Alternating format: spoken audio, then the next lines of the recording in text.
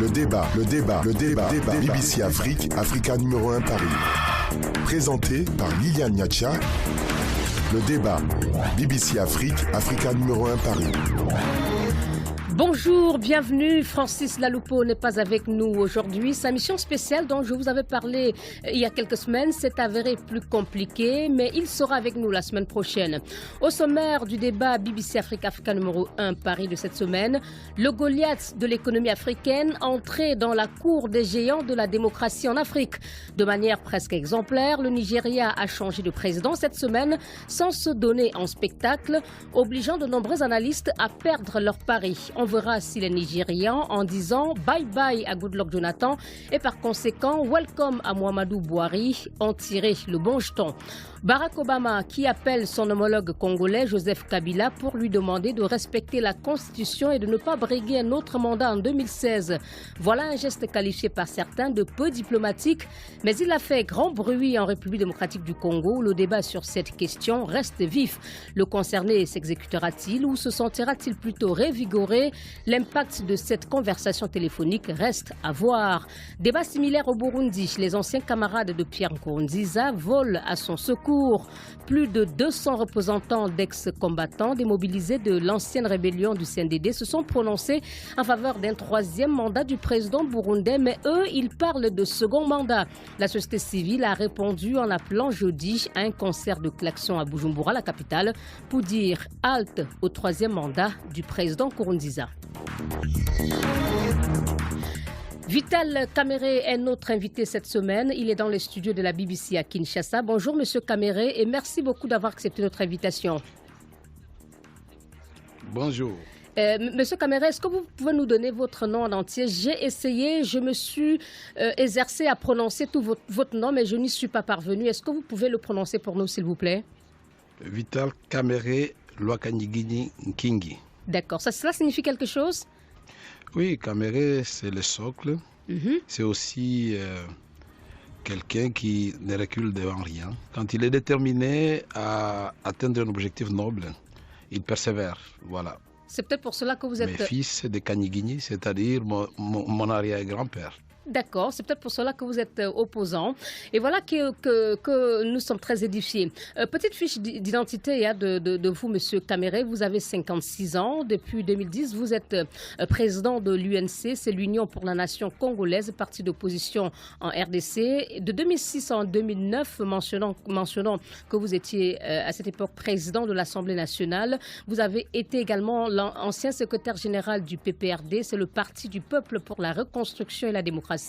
Lors de la présidentielle de novembre 2011, vous êtes arrivé en troisième position avec un score de 7,78%. Il se dit, Monsieur Kamere, que vous êtes un bon orateur. On le vérifiera au cours de cette émission. On parle également de vous comme étant quelqu'un qui maîtrise 4 langues nationales de la RDC, Lingala, Kikongo, Chiluba et le Swahili, et que tout cela qui vous a permis de contribuer largement à la victoire du président Kabila en 2006. Vous avez été aussi, Monsieur Kamere, ministre de la presse et de l'information dans le gouvernement de transition, commissaire général du gouvernement chargé du suivi du processus de paix dans la région des Grands Lacs, d'où votre surnom de pacificateur. Je note également que vous avez aussi une carrière universitaire, ancien professeur assistant à l'université de Kinshasa et à l'Université pédagogique nationale. Vous avez donné des conférences dans quelques universités, les États-Unis ou Montréal. Et en 2011, mentionnons que vous avez publié les fondements de la politique transatlantique de la République démocratique du Congo. Vous serez donc notre grand témoin et vous êtes avec 2 journalistes depuis Brazzaville au Congo.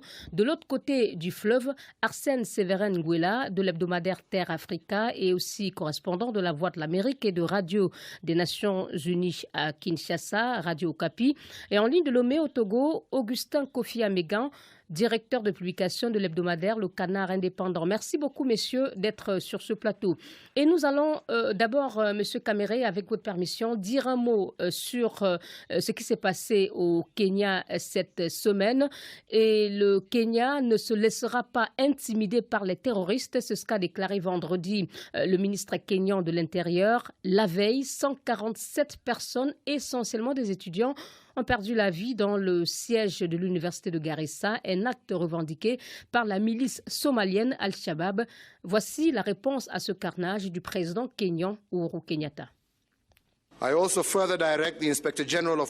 J'ai aussi demandé à l'inspecteur général de la police de prendre des mesures urgentes pour que les 10 000 nouvelles recrues, dont l'effectif va bientôt être bouclé, de se présenter rapidement pour la formation à l'école de police à Kiganjo. J'assume l'entière responsabilité de cette directive. Notre pays a souffert inutilement du manque de personnel de sécurité.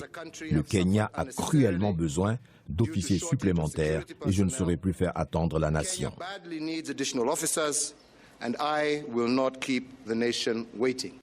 Juste un mot, M. Vital Kamerhe.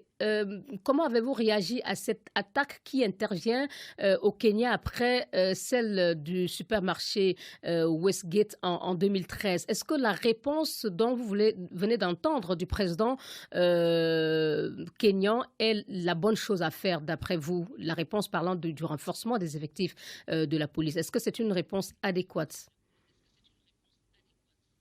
Nous devons d'abord dire toutes nos condoléances au peuple kenyan puisque c'est l'Afrique qui est touchée. Et je dois féliciter le président kenyan parce que quand il y a un drame qui frappe un pays, le premier à prendre la parole, ça doit être celui qui porte la charge sur le plan national des espoirs de tout le peuple. Et je pense qu'il doit assumer ses responsabilités.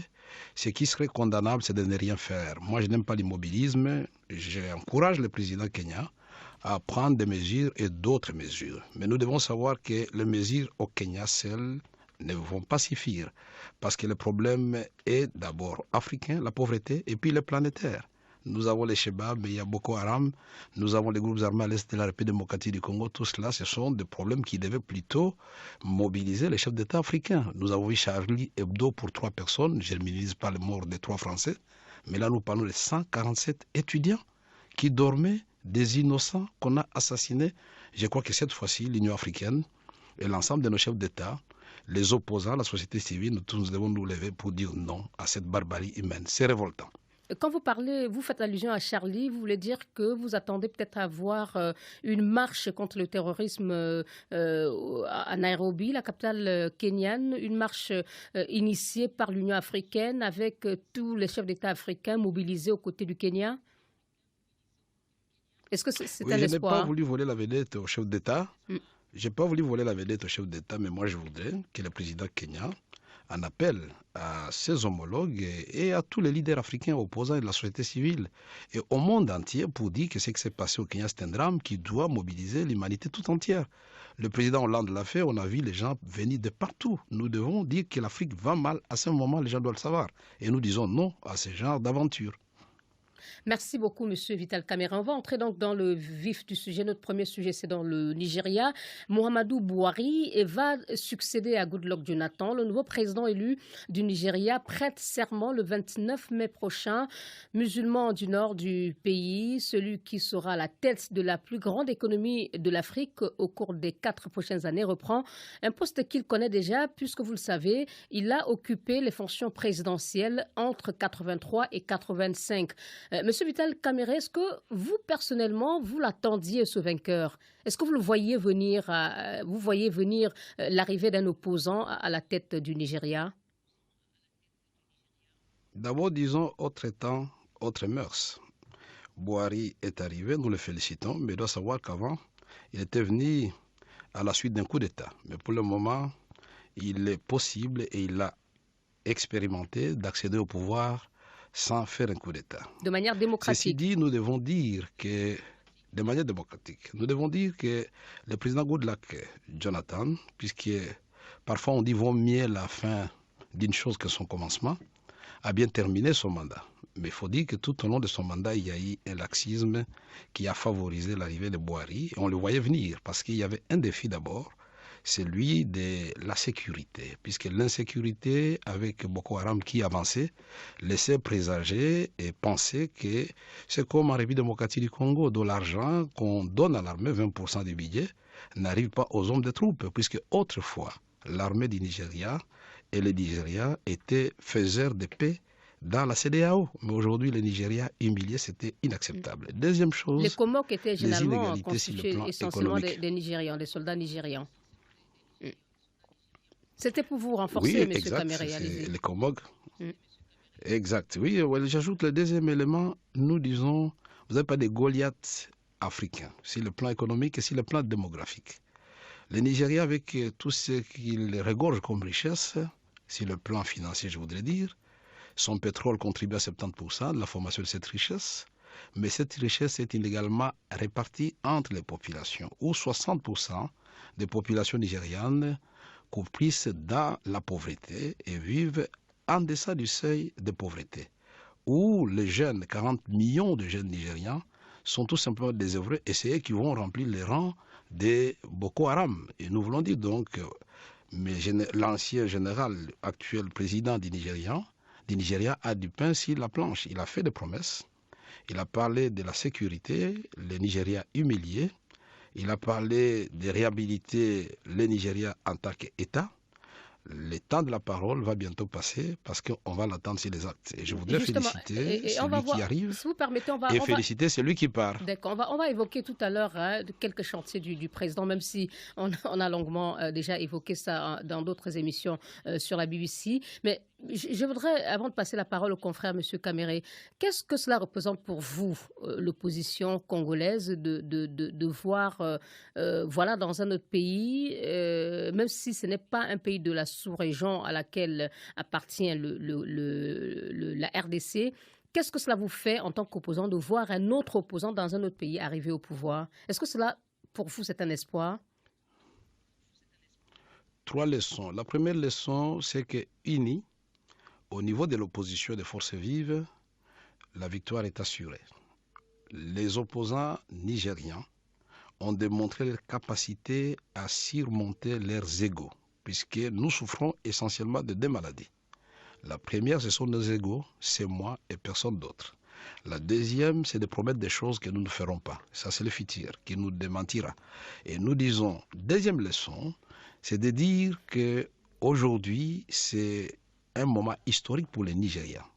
Depuis 1960, nous pouvons dire que c'est pour la première fois qu'après les élections ou après la passation de pouvoir qu'il n'y ait pas eu de mort. Et nous félicitons en même temps les 2 principaux acteurs, mais aussi féliciter le peuple nigérien qui a compris qu'il ne peut plus continuer à verser son sang. Troisième leçon, nous disons que la démocratie, c'est une donne essentielle pour la pacification d'un pays. Vous allez voir maintenant les Haoussa, les Yoruba et les autres, les Ibo. Je crois qu'avec toute cette fracture au niveau interconfessionnel, avec les musulmans au nord, les chrétiens au sud, tout cela, avec le colistier qui est chrétien, le président qui est musulman, peut nous donner un cocktail qui peut faire en sorte que la paix revienne au Nigeria. Mais la paix sans pain, ça n'intéresse pas les Nigériens. Il faut aussi que l'économie marche. Merci, M. Vital Kamere. Je vous propose d'écouter notre confrère Augustin Mégan qui est au Togo, puisque je ne voudrais pas frustrer notre confrère à Brazzaville. Le Togo, c'est quand même dans la CEDEAO. Alors, comment avez-vous perçu cette victoire de Boari? D'autant plus que je parlais tout à l'heure, je demandais à M. Kamere, est-ce qu'il attendait comme vainqueur? D'autant plus, les sondages, Augustin, parlaient de coude à coude, mais finalement, on arrive quand même à un écart d'un peu plus de 10%. Tout à fait. Au Togo, où nous vivons dans l'atmosphère pré-campagne de l'élection présidentielle, d'abord, dans un premier temps, l'élection au Nigeria a été suivie avec beaucoup d'appréhension. On avait peur que cela dégénère sur des violences au vu de ce qui se passe déjà avec Boko Haram.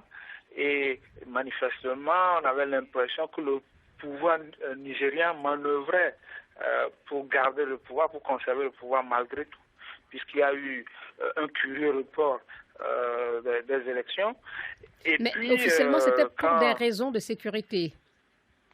Voilà, officiellement, report qui a été motivé par la volonté de neutraliser Boko Haram. On pourrait avoir des doutes là-dessus. Donc tout ça faisait qu'on avait des appréhensions. Mais bon, avant même la proclamation des résultats, on a appris que le président Goodluck a appelé le général Buhari pour le féliciter de son élection, on a vu tout de suite que c'est plutôt l'espoir que cela a suscité, y compris au Togo, où justement, dans un pays qui a une tradition de violence post-électorale, on a commencé par rêver de voir le scénario nigérian se produire également à Lomé. Et la deuxième leçon, comme l'a dit le président Camara tout à l'heure, c'est que c'est seulement uni que les oppositions africaines peuvent réaliser l'alternance, disons, dans la paix. Donc, du coup, vous regrettez un peu ce qui se passe dans votre pays, au Togo, avec la dispersion de l'opposition qui va à l'élection en rang dispersé? Voilà, tout à fait, parce que là, on a 5 candidats, le président sortant est en face, 4 candidats de l'opposition, et puis à côté, vous avez certains partis de l'opposition, non des moindres, qui appellent au boycott passif, et d'autres qui appellent également au boycott actif. Tout ça fait que l'électorat se perd dans cette confusion. Voilà. Alors, Arsène, vous, au Congo, décidément, que ce soit notre invité ou Augustin, vous êtes dans des pays où on parlait de période, où on vit une période préélectorale. Aujourd'hui, qu'est-ce que vous pouvez voir comme étant un bénéfice? C'est-à-dire, qu'est-ce que vous pouvez tirer comme bénéfice de l'élection au Nigeria qui puisse être utile dans votre pays, le Congo, qui est aussi en débat sur la révision constitutionnelle et donc sur l'élection présidentielle? Je crois que c'est beaucoup plus l'alternance démocratique qui s'est faite de façon pacifique, sans du trouble militaire ou bien un conflit, parce que c'est ce qu'on craignait le plus de la situation justement au niveau du Nigeria. Et hier, l'opposition congolaise, un collectif des partis de l'opposition, a animé une conférence de presse et a commencé par féliciter justement cette alternance au Nigeria, l'attitude du président sortant de Jonathan. Président Arsène, il n'est pas le premier, puisque Abdoulaye Wade l'a fait au Sénégal avec Macky Sall aussi. Oui, non, je parle précisément du cas du Nigeria. Et bien sûr, vous faites bien de le rappeler, à chaque fois qu'il y a cet exemple-là, l'opposition prend cela pour dire que l'alternance au Congo-Brazzaville est une possibilité dans un climat de paix, dans un climat pacifique, surtout lorsqu'on parle aujourd'hui, vous l'avez rappelé, on est dans une mouvance de changement de constitution. Le parti au pouvoir aujourd'hui, le Parti congolais du travail, qui pensent que ils peuvent continuer à rester au pouvoir dès qu'ils touchent un peu à la modification de la Constitution. Donc l'opposition est en train de faire pression. L'exemple du Nigeria a suffisamment permis à l'opposition congolaise afin de tirer ces grandes leçons.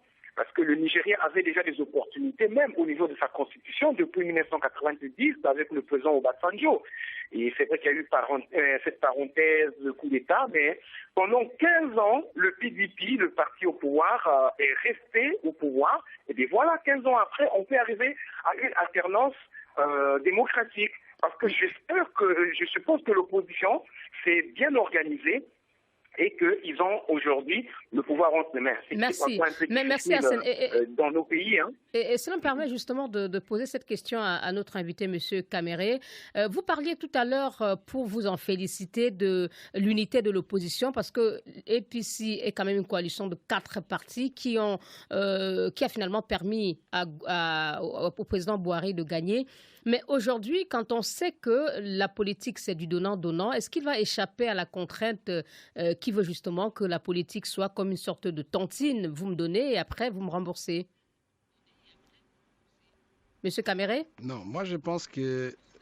Oui, je pense que les 2 acteurs principaux nous ont donné une grande leçon. Mais il y a un troisième qu'il ne faut pas oublier, c'est le président de la commission électorale.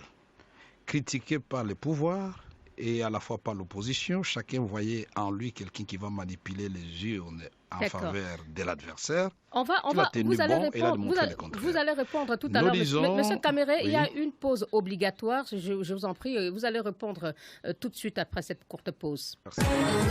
Le débat. BBC Afrique, Africa numéro 1 Paris. Voilà, M. Kamere, vous félicitiez de l'attitude aussi du président de la commission électorale. Pour vous, il y a eu 3 hommes qui ont façonné cette alternance. Tranquille. Oui, il y a le président sortant, Goodluck Jonathan, il y a le président entrant, Boari, et puis il y a le professeur, le politologue Djega. Ils ont été extraordinaires pour leur pays et cela démontre que quand les hommes sont déterminés à être au service du peuple, ils y ajoutent la volonté, ils peuvent déplacer des montagnes.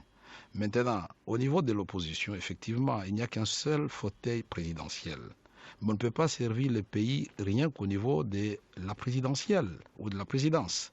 Il y a d'autres postes et on ne peut pas dire que tout doit appartenir à l'opposition. Puisque la maladie de l'Afrique, c'est quoi aussi? C'est que ceux qui gagnent, ils gagnent tout et ceux qui perdent, perdent tout. Nous voulons briser cette chaîne-là qui a apporté beaucoup de malheur dans notre pays et nous devons faire en sorte que ceux qui doivent gouverner, que ce soit l'opposition qui deviendra demain le pouvoir de demain, puissent travailler avec les Africains qui méritent effectivement être placés au poste où ils sont appelés à travailler. Mais ceci dit, la politique, il faut se faire des compromis. Quand on a promis, M. Boari, nous vous soutenons, mais nous attendons de vous ceci ou cela.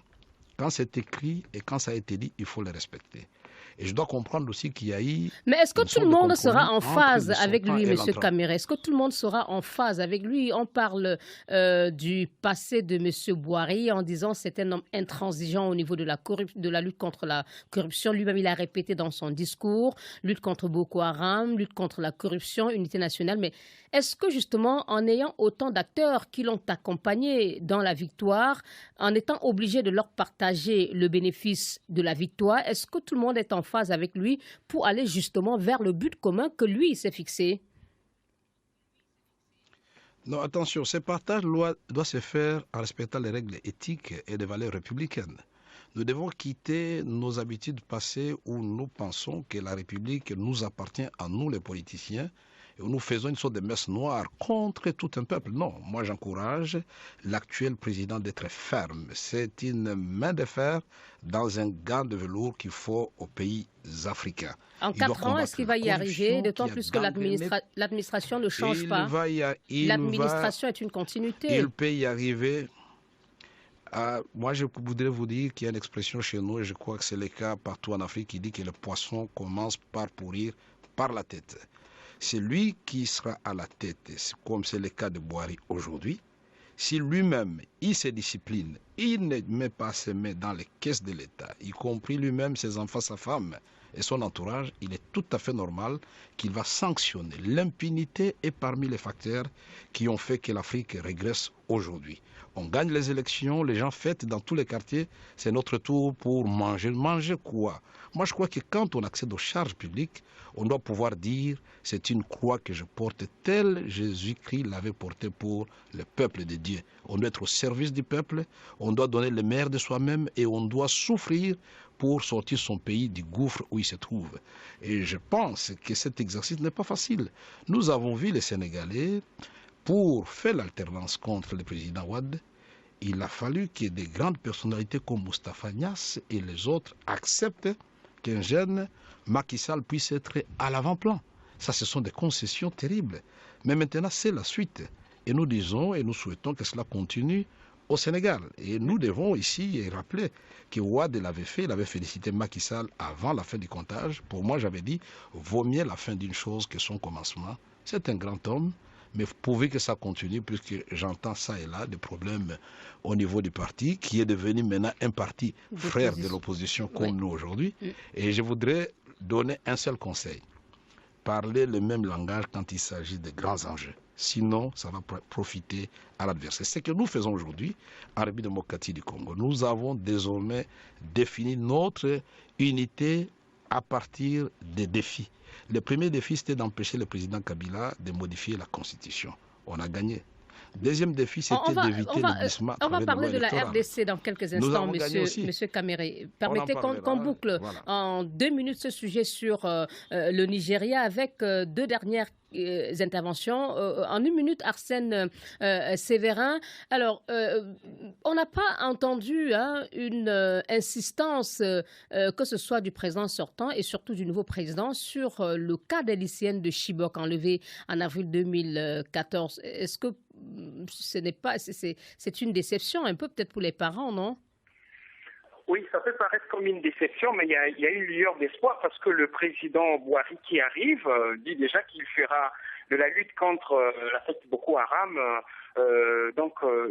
l'une principale de son accent. Je crois que c'est déjà une ouverture qu'il donne. Donc si aujourd'hui on peut arriver à bout de ce groupe de miliciens, forcément je crois qu'on saura ce qu'est devenu de ce groupe de filles, de ce groupe de lycéennes qui ont été élevées justement dans ce lycée. Je crois qu'il y a une ouverture que le président a faite et que peut-être qu'il faut lui donner les moyens par rapport aux alliances qu'il a signées avec les autres qui l'ont aidé justement à arriver au pouvoir, que cette politique de lutte contre Boko Haram soit mise en place. Je crois qu'il y a beaucoup de choses qui seront décelées, notamment savoir ce qui est devenu, ce qui est arrivé à ces filles-là. Et Augustin, pour terminer sur peut-être l'appui que peuvent lui apporter les pays voisins. On a vu déjà l'engagement de 3 dans la lutte contre Boko Haram. Est-ce que vous pensez que le nouveau président arrive sur un boulevard compte tenu des critiques que le président tchadien, par exemple, avait déjà formulées contre Goodluck Jonathan en pleine campagne électorale par rapport à la lutte contre Boko Haram? Entre le gouvernement de Buhari et les pays voisins, parce que justement Buhari n'était pas trop content de ce qu'il a considéré comme étant, c'est pas une remise en cause de la souveraineté, mais il a estimé que l'intervention de pays supposés petits avec des armées supposées plus faibles que celle du Nigeria, un camouflet pour le Nigeria. Donc je crois que Buhari va d'abord vouloir remobiliser l'armée nigériane pour relever le défi de Boko Haram. Et je ne sais pas trop la place qu'il laissera aux armées tchadiennes et nigériennes, camerounaises, entre autres, dans cette lutte contre Boko Haram. D'accord. Une secte qui était d'abord qui agissait d'abord au niveau national et qui ensuite est devenue une menace sous-régionale. Et j'ajoute que le déficit énergétique, les problèmes d'électricité au Nigeria ne sont pas les moindres défis qui attendent donc le nouveau président. On marque une pause et puis prochain sujet, la RDC. Le débat Africa BBC. Et nous sommes toujours avec notre invité Vital Kamerhe, président de l'UNC, l'Union pour la Nation congolaise, parti d'opposition à RDC. Il est également ancien président de l'Assemblée nationale. Au téléphone depuis Lomé au Togo, Augustin Kofi Amégan, directeur de publication de l'hebdomadaire Le Canard indépendant, Arsène Séverin Ngouela et de l'hebdomadaire Terre Africa à Brazzaville au Congo. Et vous pouvez écouter cette émission sur nos sites internet respectifs bbcafrique.com et africa1.com et réagir également sur la page facebook.com/débat BBC Africa. Notre second sujet donc c'est la RDC, un coup de fil et cela fait grand bruit dans ce pays cette semaine. Le président américain Barack Obama a demandé au président congolais Joseph Kabila de respecter la Constitution qui veut qu'il quitte le pouvoir en 2016 et ce à la fin de ses 2 mandats constitutionnels consécutifs. L'écho a été retentissant dans le pays, mais quel en sera l'impact, on ne sait pas.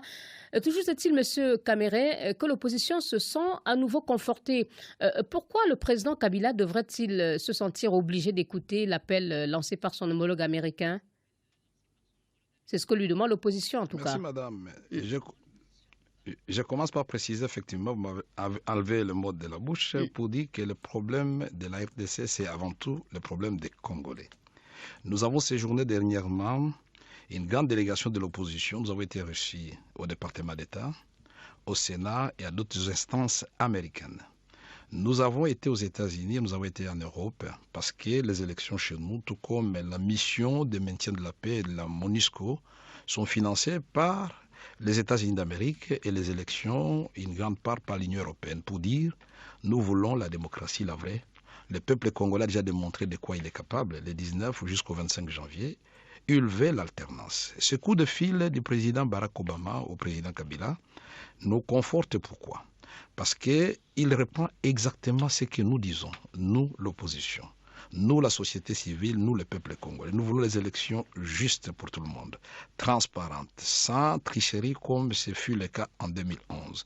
Nous voulons les élections qui vont privilégier aussi le respect des droits humains, pas des arrestations avec des opposants déjà en prison avant même de commencer les élections, pas de jeunes sénégalais et burkinabés et congolais qui se réunissaient pour renforcer leurs capacités de citoyenneté. Et nous ne voulons pas ce genre de choses. On traite nos frères africains et nos frères congolais des terroristes tout simplement parce qu'ils sont en train de se réarmer moralement. Nous avons noté aussi que le président Barack Obama a parlé, comme nous l'avons toujours dit, qu'il existe une vie après le pouvoir. Il a parlé de l'héritage que le président Kabila pourrait laisser à son peuple, c'est de renforcer la démocratie avec de bonnes élections attendu en 2016. Et pour rappel, nous, à l'opposition, nous avons retenu des grandes dates. Le 27 novembre 2016, c'est l'élection présidentielle, ce sont les élections législatives nationales. Le 20 décembre 2016, c'est l'entrée en fonction du nouveau président. Qu'il pleuve ou qu'il neige, le décompte va commencer à partir de là. Et ces deux dates-là seront respectées parce que nous sommes en face d'un calendrier assorti de 23 contraintes pour nous empêcher d'aller de l'avant. Mais on parle aussi de l'engagement des États-Unis à rester dans le processus en nommant un nouveau représentant ou envoyé spécial pour la région des Grands Lacs. Enfin, il a demandé au président Kabila, puisque c'était incompréhensible que l'armée congolaise, on lui refuse la contribution de la communauté internationale à travers les casques bleus, pour traquer les FDLR à l'est du Congo, alors que cette collaboration avait démontré que le M23 pouvait être défait en 2 jours. Revenons à l'appel en quelques mots, M. Kamere. Donc, ce que nous devons comprendre, c'est que c'est l'opposition congolaise qui sollicite par des actions diplomatiques peut-être souterraines ces prises d'opposition, cet arbitrage de Washington. Nous n'avons pas sollicité un quelconque arbitrage. Ce n'est pas vous ne l'avez pas dénoncé, vous venez de dire que vous en êtes content et que vous êtes en phase avec les États-Unis. On ne peut pas les dénoncer dès lors que le monde aujourd'hui vit comme un village planétaire. La France avait été durement frappée à travers les attentats de Charlie Hebdo. Le monde entier s'est mobilisé. Aujourd'hui, le Congo vient juste avant la Somalie, alors que ce pays, si le plan des richesses, c'est l'espoir de l'humanité. Mais d'accord, mais vous savez que le soutien de ces... Vous êtes conscient c'est inacceptable avec les violations. Vous êtes conscient que le soutien de ces grandes puissances n'est pas gratuit.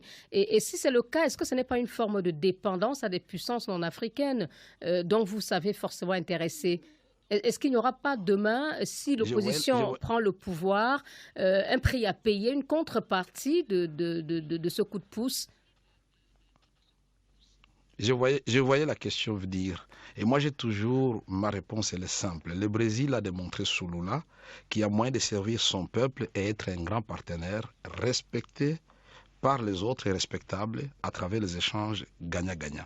Notre ambition, nous, de l'opposition, de la société civile ou l'élite congolaise, ce n'est pas de dire avec l'alternance, c'est la rupture avec le monde. Ce serait rêver en ce 21e siècle. Nous voulons dire que le Congo autoriser doit redorer son blason. Concéder au monde qu'il interfère dans vos affaires intérieures. C'est ce que pense en tout cas le pouvoir à Kinshasa.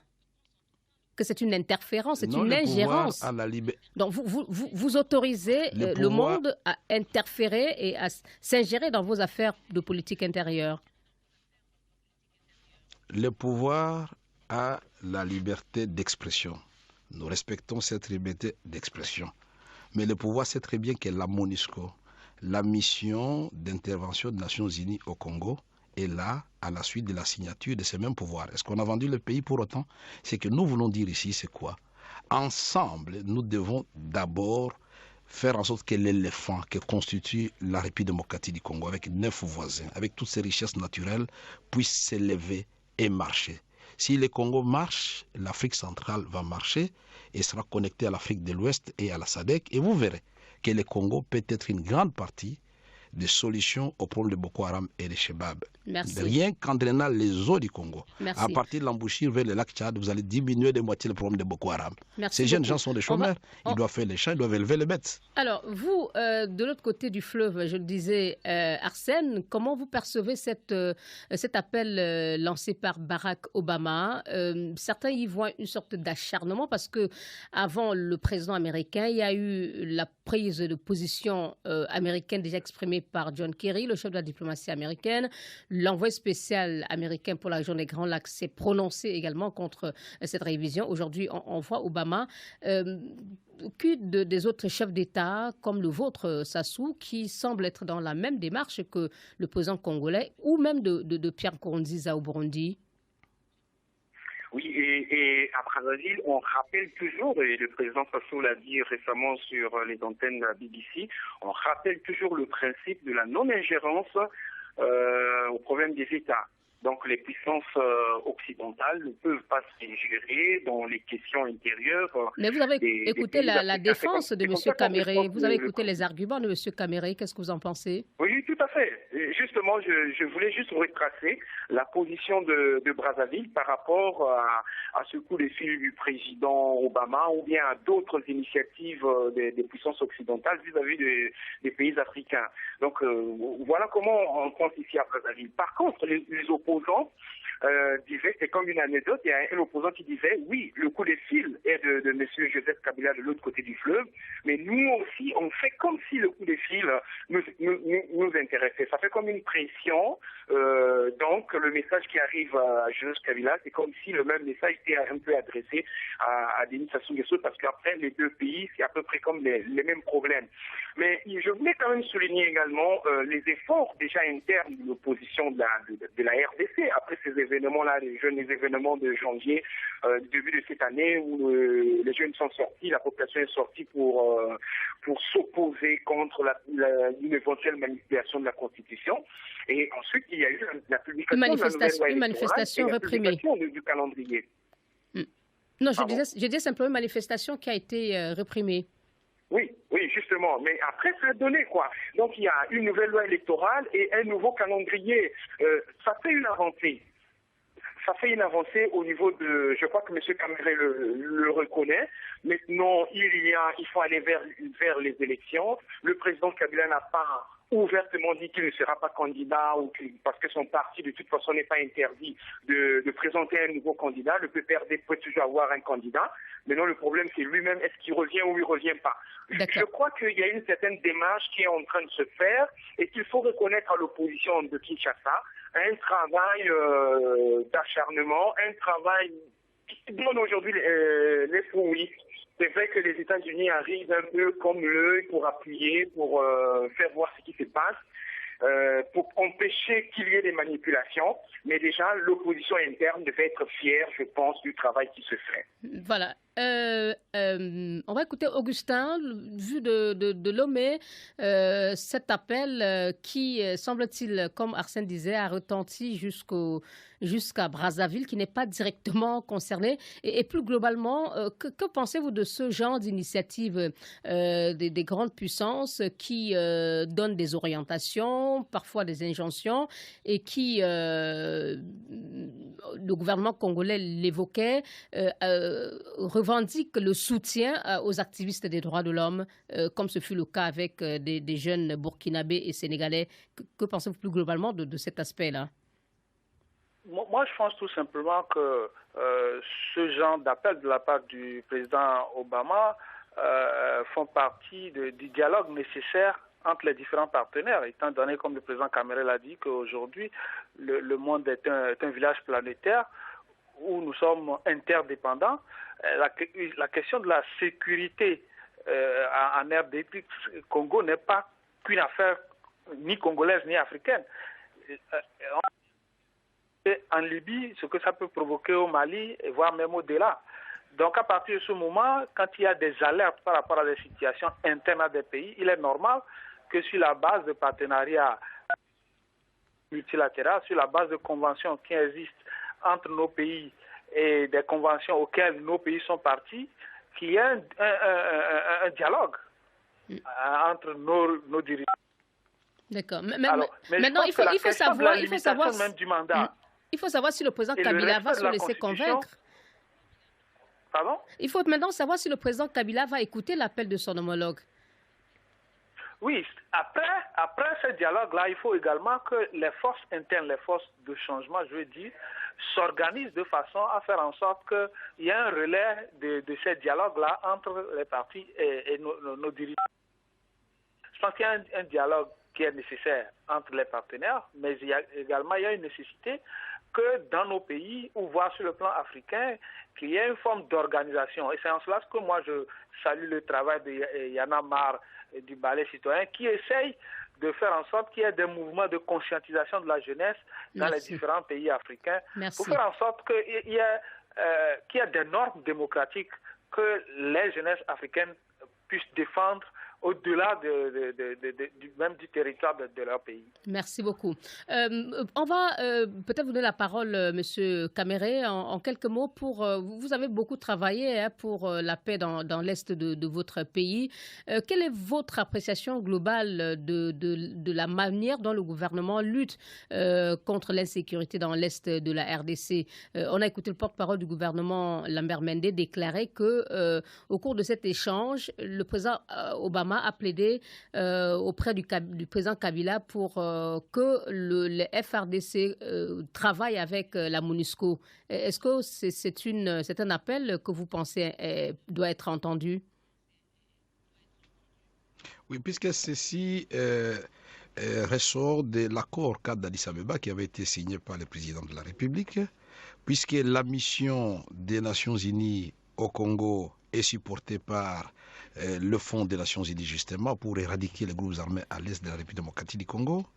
Et cette collaboration avait démontré l'efficacité en ce qui concerne la traque des M23. Nous ne comprenons pas pourquoi pour l'FDLR, on doit demander à nos forces armées seules, parfois abandonnées, parfois impayées, de s'attaquer aux groupes armés tout en sachant que beaucoup de rapports des Nations Unies ont relevé des complicités internes entre ces groupes armés et les autorités militaires et civiles congolaises. Ce que nous devons dire ici, il n'y a pas que les groupes armés étrangers, il y a aussi les groupes armés nationaux, les Maï-Maï qui avaient été formés par le gouvernement de la République démocratique du Congo pour défendre la patrie. Maintenant, si nous devons les démobiliser pour leur insertion, quel modèle nous proposons? Le gouvernement n'a pas de modèle. On parle de DDR, la démobilisation des armements, réinsertion. Mais ça va se faire comment? Nous nous disons, il faut créer des centres de formation professionnelle. Ce sont des jeunes qui doivent apprendre les métiers pour qu'on remplace au finish l'outil Kalachnikov de l'armée. On donne l'outil de production pour le développement de notre pays. Et comme l'a dit tout à l'heure mon ami du Togo, Kofi, c'est vrai, ce qui se passe en République démocratique du Congo peut endeuiller non seulement l'Afrique, mais le monde tout entier. 2 345 000 km², 70 millions d'habitants. Si le président Obama et tous les autres présidents africains et du monde regardent le Congo continuer à s'enfoncer dans un trou, ça serait vraiment une non-assistance d'un peuple en danger. Nous avons fait notre travail, je remercie Arsène de Brazzaville, et nous continuons à le faire. On nous arrête, on arrête. Moi-même, je suis tout le temps à la Cour suprême de justice, mais nous avons un procès en cours. La peur. On chasse la peur. J'ai procès en cours tout simplement pour avoir dénoncé la tricherie d'une candidate députée qui a été élue par la suite. Et la loi est claire. De la majorité. On ne peut pas arrêter un président d'un parti. Voilà. Et voilà, nous acceptons tout cela, mais nous allons nous battre jusqu'au bout. Et nous voulons dire que ce coup de fil du président Barack Obama, c'est tout simplement pour venir saluer les efforts déjà du peuple congolais qui étaient manifestés le 19 jusqu'au 25.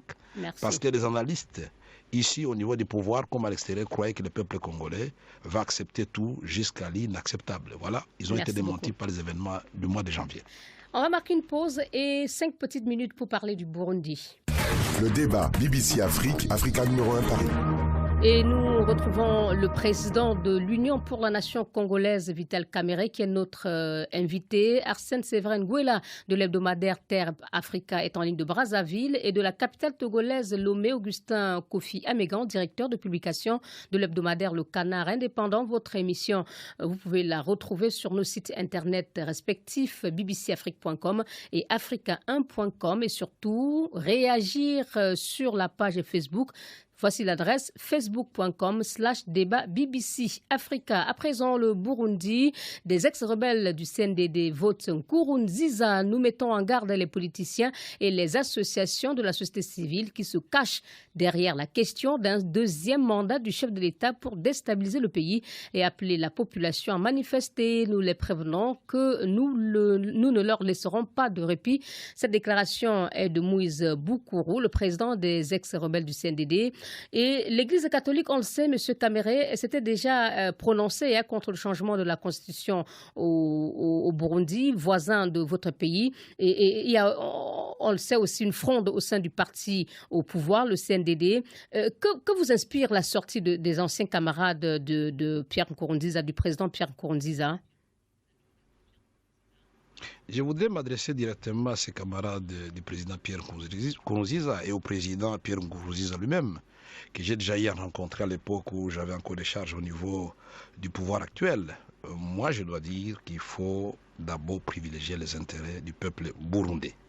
Nous avons vu tous, à l'occasion de la libération du journaliste de la radio qui avait été arrêté, les Burundais sont sortis comme ils ne l'ont jamais fait auparavant.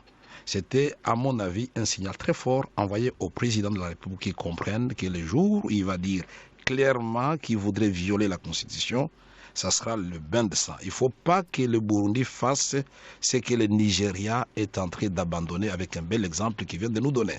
Les groupes armés qui ressortent des 17 provinces pour venir se réunir dans un hôtel de la capitale et essayer d'effrayer les opposants et la société civile, je peux dire à ces gens-là qu'ils vont échouer. Puisque face à la détermination d'un peuple à se libérer de l'oppression, de la pauvreté, de l'absence de liberté, il n'y a pas une arme qui puisse en venir à bout.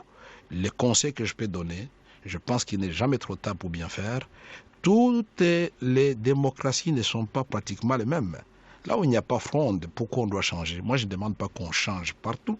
Je ne voudrais pas interférer dans les affaires intérieures du Burundi, mais vous me posez la question en tant que politique et voisin du Burundi. Quand ça va péter au Burundi, ça va avoir des répercussions chez moi en République démocratique du Congo et inversement. Donc nous devons savoir qu'il existe une vie après la présidence de la République et que les gens se donnent des garanties mutuelles. Nous, de l'opposition, devons éviter aussi d'effrayer ceux qui sont au pouvoir, que les jours où nous arrivons, ça sera la prison ou la CPI pour eux, ou tout simplement toutes leurs familles vont disparaître. Ils vont rester au pouvoir parce qu'ils ont l'armée, ils ont l'argent, ils ont les services de sécurité. Vous voulez dire que si vous arrivez au pouvoir, c'est l'amnistie pour le président Kabila? Et ce n'est pas l'impunité, mais ça ne sera pas mon programme de gouvernement ni ma vision politique. Je ferai exactement ce que le président Buhari a dit, Goodluck Jonathan, pour avoir facilité cette sortie pacifique et entrer dans une ère nouvelle. Il mérite d'être salué. Merci. Nous demandons à ceux qui sont au pouvoir et qui sont à la fin de leur mandat d'emboîter le pas. C'est une sorte aussi de repentance. Merci. Malheureusement, plus que 30 secondes, Arsène, pour répondre, pour réagir à l'actualité au Burundi. Alors, est-ce que vous avez le sentiment que le président Nkurunziza, compte tenu de la sortie de ses anciens combattants, est vraiment dans une logique d'écouter cette opposition qui s'est manifestée au sein de son parti, le CNDD? Il y a eu également l'évasion de Hussein Radiabou, l'ancien président de son parti, le CNDD. Il semble que rien ne le décourage. Est-ce qu'il n'est pas déterminé à aller jusqu'au bout avec cette déclaration de ses anciens camarades du maquis? Ah oui, je crois que tout a commencé même depuis le Sénat, lorsque son projet de loi pour lui permettre de prendre un troisième mandat a été rejeté, mais vous voyez qu'il a continué dans la même logique. Il n'écoute pas aujourd'hui. Et aujourd'hui, c'est même les Burundais qui commencent à aller vers le Rwanda déjà. Le président Kagame a tiré la sonnette d'alarme. Il y a déjà des Burundais qui vont vers le Rwanda pour trouver refuge. Donc, c'est comme si on va vers cette logique de guerre, alors qu'on pourrait bien trouver une solution. Et là, le ministre de la Défense a même attiré l'attention de certains responsables politiques de ne pas armer les jeunes. Donc, on a comme l'impression que tous les ingrédients aujourd'hui sont réunis pour que d'ici juin, le Burundi retombe dans ce qu'ils ont déploré il y a une dizaine d'années. C'est également votre inquiétude, Augustin, ce durcissement de temps. Faut-il s'inquiéter d'une rechute et d'un retour des années noires? 30 secondes. Tout à fait, je pense qu'il y a lieu d'avoir des inquiétudes, mais en même temps, il n'est pas tard et je crois que le président burundais devrait choisir d'aller dans le sens de l'histoire plutôt que de s'en tenir à ses ambitions personnelles. Et je note que la société civile, en réponse à cette sortie des anciens membres du CNDD, a appelé jeudi les populations à descendre dans la capitale pour 2 minutes, pour donner 2 minutes de leur temps pour klaxonner ou siffler et faire du bruit pour signifier d'abord leur mécontentement au président Pierre Nkurunziza. Voici le moment d'écouter à présent les réactions de nos éditeurs recueillis sur la page Facebook de l'émission. Elles sont livrées par Adama Diata Ditom. Réagissez et laissez-nous vos commentaires via notre compte Twitter @débat BBC Africa et sur notre page Facebook facebook.com/débat BBC Africa. Bonjour Liliane, bonjour à tous. Je vais vous lire quelques réactions des auditeurs recueillies sur la page Facebook de l'émission. Ngoj Sotrak pense que par son geste, Goodluck Jonathan veut dire aux autres de savoir partir et de promouvoir l'alternance du pouvoir et le respect de la Constitution. Bernab Sedufio se demande si Buhari, le nouveau président nigérian élu, viendra à bout de Boko Haram. Inhori Touré reconnaît que le président sortant du Nigeria a fait preuve de sagesse et voudrait que tous les présidents africains s'en servent comme exemple. Archiduc Théodore souhaite que le nouveau président nigérian se mette durement au travail pour mettre Boko Haram hors du Nigeria.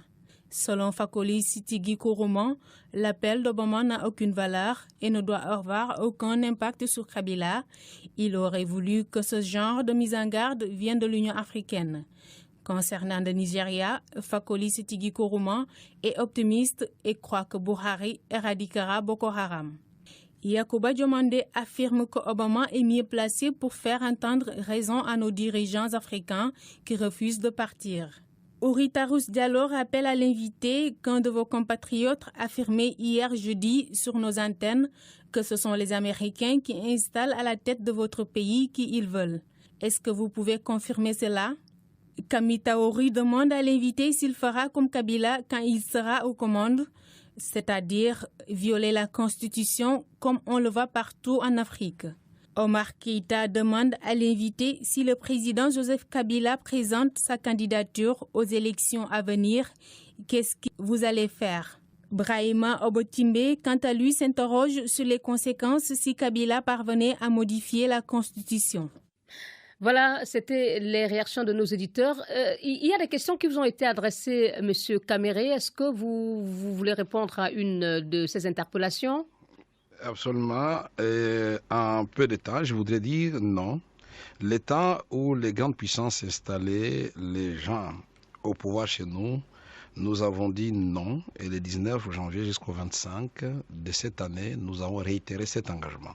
Il appartient désormais au peuple congolais, au vu d'une vision clairement expliquée et partagée par tous, un programme qui va sortir notre pays de la zone de la honte pour avoir la confiance des Congolais. 2.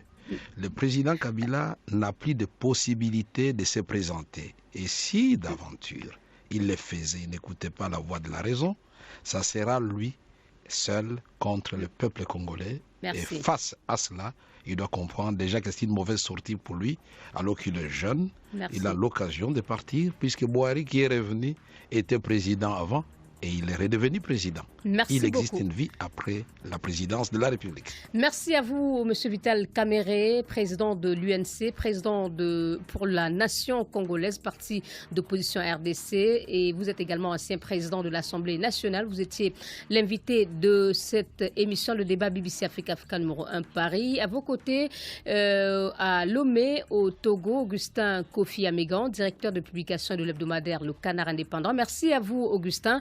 Merci également à vous, Arsène Séverin Ngouela, de l'hebdomadaire Terre Africa et correspondant à Brazzaville de la Voix de l'Amérique ainsi que de la radio Okapi des Nations Unies à Kinshasa.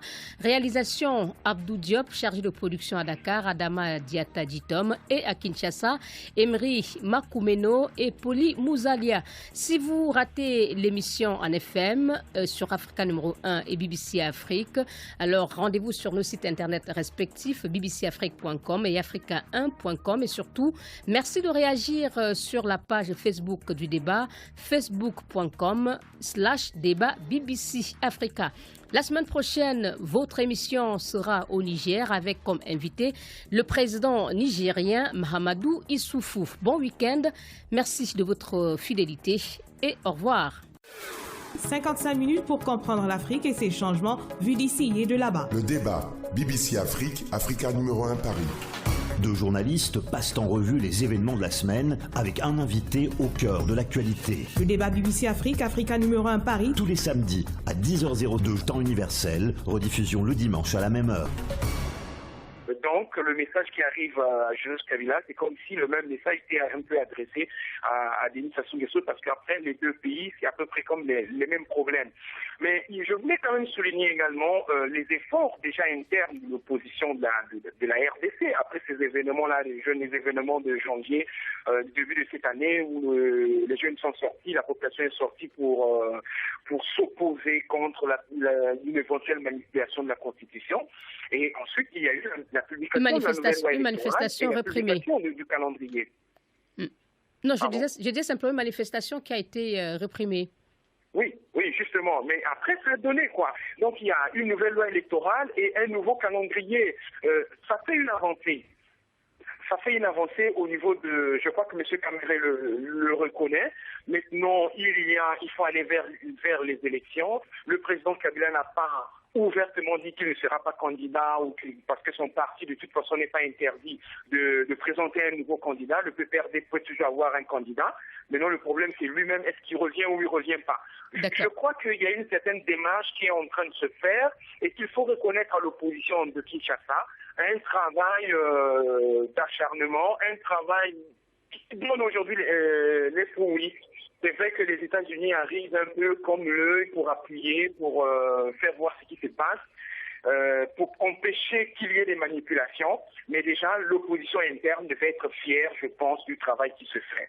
Voilà. On va écouter Augustin, vu de Lomé, cet appel qui, semble-t-il, comme Arsène disait, a retenti jusqu'à Brazzaville, qui n'est pas directement concerné. Et plus globalement, que pensez-vous de ce genre d'initiative des grandes puissances qui donnent des orientations, parfois des injonctions, et qui, le gouvernement congolais l'évoquait, revendique le soutien aux activistes des droits de l'homme, comme ce fut le cas avec des jeunes burkinabés et sénégalais.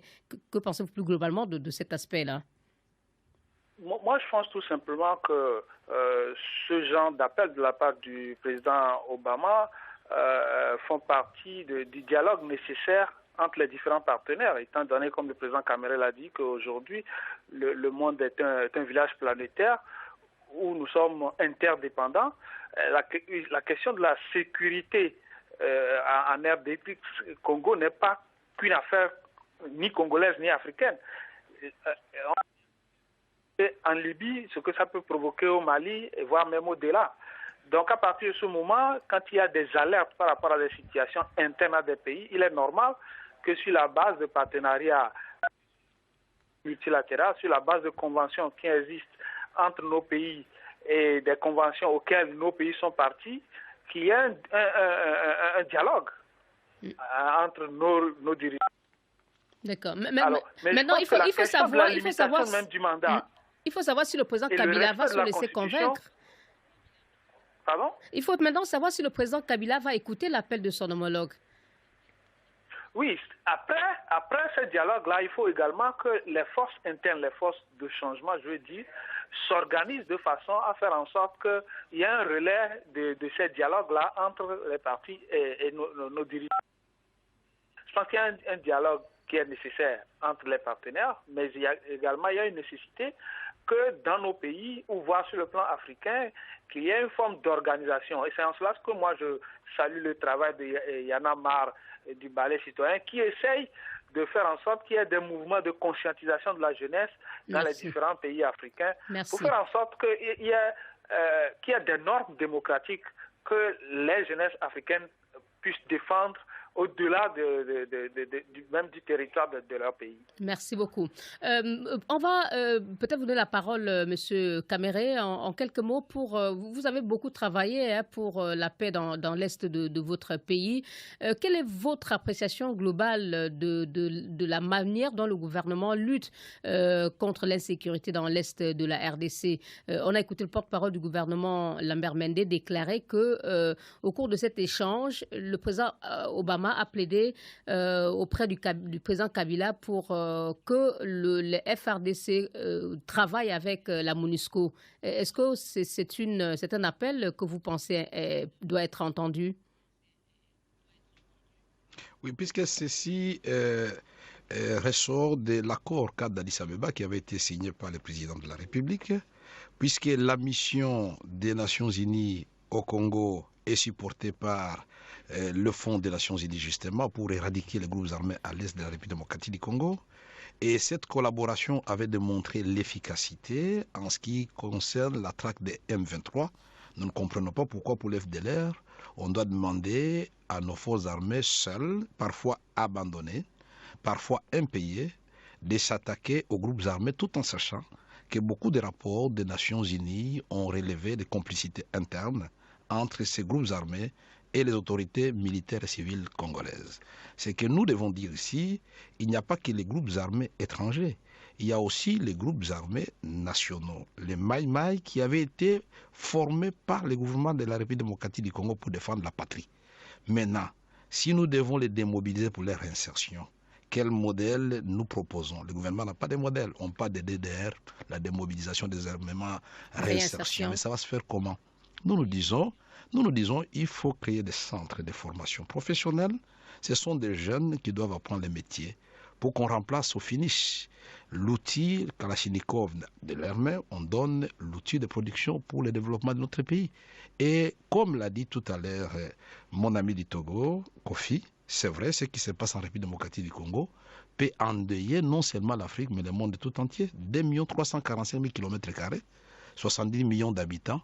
Si le président Obama et tous les autres présidents africains et du monde regardent le Congo continuer à s'enfoncer dans un trou, ça serait vraiment une non-assistance d'un peuple en danger. Nous avons fait notre travail, je remercie Arsène de Brazzaville, et nous continuons à le faire. On nous arrête, on arrête. Moi-même, je suis tout le temps à la Cour suprême de justice, mais nous avons un procès en cours. La peur. On chasse la peur.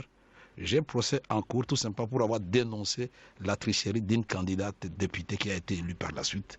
Et la loi est claire, on ne peut pas arrêter un président d'un parti. Voilà. Et voilà, nous acceptons tout cela, mais nous allons nous battre jusqu'au bout. Et nous voulons dire que ce coup de fil du président Barack Obama, c'est tout simplement pour venir saluer les efforts déjà du peuple congolais qui étaient manifestés le 19 jusqu'au 25. Merci. Parce que les analystes, ici au niveau du pouvoir, comme à l'extérieur, croyaient que le peuple congolais va accepter tout jusqu'à l'inacceptable. Voilà, ils ont été démentis par les événements du mois de janvier. On va marquer une pause et 5 petites minutes pour parler du Burundi. Le débat BBC Afrique, Africa numéro 1 Paris. Et nous retrouvons le président de l'Union pour la nation congolaise, Vital Kamerhe, qui est notre invité. Arsène Séverin Ngouela de l'hebdomadaire Terre Africa est en ligne de Brazzaville et de la capitale togolaise Lomé, Augustin Kofi Amégan, directeur de publication de l'hebdomadaire Le Canard Indépendant. Votre émission, vous pouvez la retrouver sur nos sites internet respectifs bbcafrique.com et africa1.com et surtout réagir sur la page Facebook. Voici l'adresse facebook.com/débat BBC Africa. À présent, le Burundi, des ex-rebelles du CNDD votent Nkurunziza. Nous mettons en garde les politiciens et les associations de la société civile qui se cachent derrière la question d'un deuxième mandat du chef de l'État pour déstabiliser le pays et appeler la population à manifester. Nous les prévenons que nous ne leur laisserons pas de répit. Cette déclaration est de Moïse Boukourou, le président des ex-rebelles du CNDD. Et l'Église catholique, on le sait, M. Kamere, s'était déjà prononcée contre le changement de la constitution au Burundi, voisin de votre pays. Et il y a, on le sait aussi, une fronde au sein du parti au pouvoir, le CNDD. Que vous inspire la sortie des anciens camarades de Pierre Nkurunziza, du président, une secte qui était d'abord qui agissait d'abord au niveau national et qui ensuite est devenue une menace sous-régionale. Et j'ajoute que le déficit énergétique, les problèmes d'électricité au Nigeria ne sont pas les moindres défis qui attendent donc le nouveau président. On marque une pause et puis prochain sujet, la RDC. Le débat Africa BBC. Et nous sommes toujours avec notre invité Vital Kamerhe, président de l'UNC, l'Union pour la Nation Congolaise, parti d'opposition à RDC. Il est également ancien président de l'Assemblée nationale. Au téléphone depuis Lomé au Togo, Augustin Kofi Amégan, directeur de publication de l'hebdomadaire Le Canard Indépendant, Arsène Séverin Ngouela et de l'hebdomadaire Terre Africa à Brazzaville au Congo. Et vous pouvez écouter cette émission sur nos sites internet respectifs bbcafrique.com et africa1.com et réagir également sur la page facebook.com/débat BBC Africa. Notre second sujet donc c'est la RDC, un coup de fil et cela fait grand bruit dans ce pays. Cette semaine, le président américain Barack Obama a demandé au président congolais Joseph Kabila de respecter la Constitution qui veut qu'il quitte le pouvoir en 2016 et ce à la fin de ses 2 mandats constitutionnels consécutifs. L'écho a été retentissant dans le pays, mais quel en sera l'impact, on ne sait pas. Toujours est-il, M. Kamere, que l'opposition se sent à nouveau confortée. Pourquoi le président Kabila devrait-il se sentir obligé d'écouter l'appel lancé par son homologue américain? C'est ce que lui demande l'opposition, en tout cas. Merci, madame. Je commence par préciser, effectivement, vous m'avez enlevé le mot de la bouche pour dire que le problème de la RDC, c'est avant tout le problème des Congolais. Nous avons séjourné dernièrement une grande délégation de l'opposition. Nous avons été reçus au département d'État, au Sénat et à d'autres instances américaines. Nous avons été aux États-Unis, nous avons été en Europe parce que les élections chez nous, tout comme la mission de maintien de la paix et de la MONUSCO, sont financées par les États-Unis d'Amérique et les élections, une grande part par l'Union européenne, pour dire nous voulons la démocratie, la vraie. Le peuple congolais a déjà démontré de quoi il est capable, le 19 jusqu'au 25 janvier. Il veut l'alternance. Ce coup de fil du président Barack Obama au président Kabila nous conforte. Pourquoi? Parce qu'il reprend exactement ce que nous disons, nous l'opposition.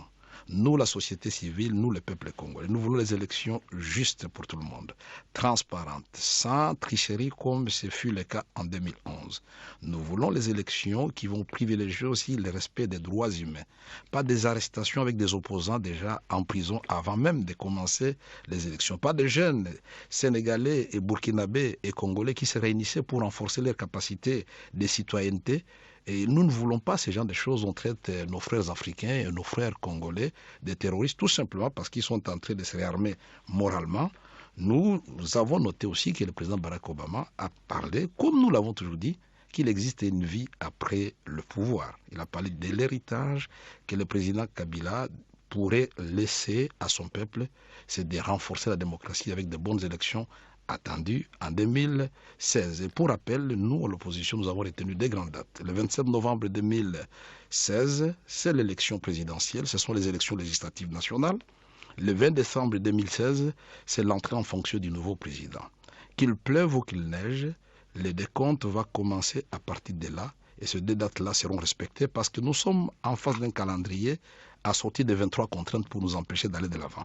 Mais on parle aussi de l'engagement des États-Unis à rester dans le processus en nommant un nouveau représentant ou envoyé spécial pour la région des Grands Lacs. Enfin, il a demandé au président Kabila, puisque c'était incompréhensible que l'armée congolaise, on lui refuse la contribution de la communauté internationale à travers les casques bleus, pour traquer les FDLR à l'est du Congo, alors que cette collaboration avait démontré que le M23 pouvait être défait en 2 jours. Revenons à l'appel en quelques mots, M.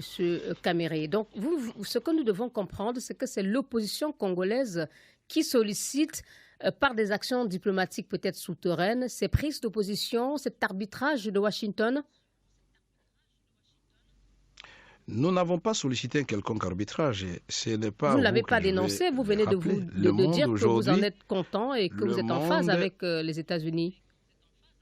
On ne peut pas les dénoncer dès lors que le monde aujourd'hui vit comme un village planétaire. La France avait été durement frappée à travers les attentats de Charlie Hebdo. Le monde entier s'est mobilisé. Aujourd'hui, le Congo vient juste avant la Somalie, alors que ce pays, sur le plan des richesses, c'est l'espoir de l'humanité. Mais d'accord, mais vous savez que le soutien de ces... C'est inacceptable avec les violations. Vous êtes conscient que le soutien de ces grandes puissances n'est pas gratuit. Et si c'est le cas, est-ce que ce n'est pas une forme de dépendance à des puissances non africaines dont vous savez forcément intéresser?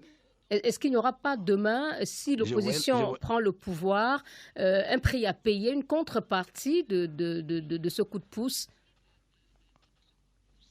Je voyais la question venir. Et moi, j'ai toujours, ma réponse, elle est simple. Le Brésil a démontré sous Lula qu'il y a moyen de servir son peuple et être un grand partenaire respecté par les autres et respectable à travers les échanges gagnant-gagnant.